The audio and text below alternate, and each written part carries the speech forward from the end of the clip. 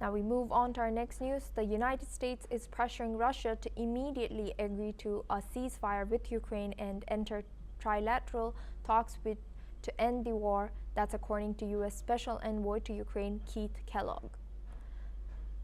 In a statement posted on X, Kellogg wrote, "We urge an immediate ceasefire and a move to trilateral talks to end the war." He accused Russia of stalling for time and slammed Kremlin spokesperson Dmitry Peskov's recent comments as Orwellian. Earlier, Russian Foreign Ministry Sergei Lavrov claimed the West is now begging for a truce without conditions, something he said Ukrainian President Volodymyr Zelensky once rejected outright. Lavrov added that unlike the West, Moscow has remained consistent in its stance on the conflict. In a June 20th interview with Sky News, Peskov insisted that Russia would not give up its strategic advantage by accepting a temporary ceasefire. He said, quote, "Where we are advancing and will continue to advance."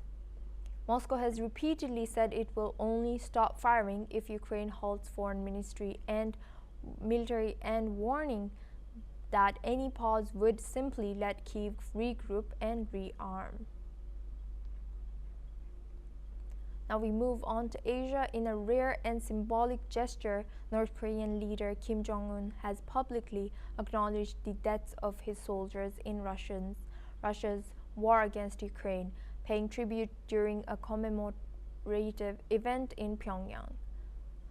Photographs displayed at a gala performance on Sunday showed Kim resting his hands on the coffins of fallen North Korean soldiers draped in national flags. The images marked a solemn moment during a celebration of the first anniversary of the North Korea-Russia military treaty signed by Kim and Russian President Vladimir Putin in June last year.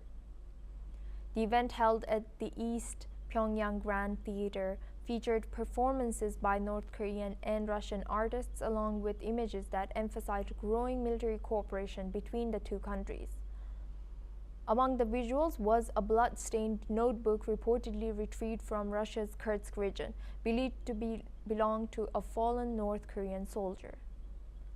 Messages in the notebook quoted by South Korea's news agencies read, "The decisive moment has finally come, and let us bravely fight this sacred battle with the boundless love and trust bestowed upon us by our beloved Supreme Lead Commander," a direct reference to Kim. Kim was joined at the tribute by his sister Kim Yo-jong and Foreign Minister Choi Song-hui, all seen wearing winter attire, indicating that the reparations of the soldiers' remains may have occurred several months ago. The images mark one of the most direct acknowledgements yet of North Korea's active military involvement in the Ukraine conflict, an alliance that has drawn global scrutiny. North Korea has sent a high-level military delegation to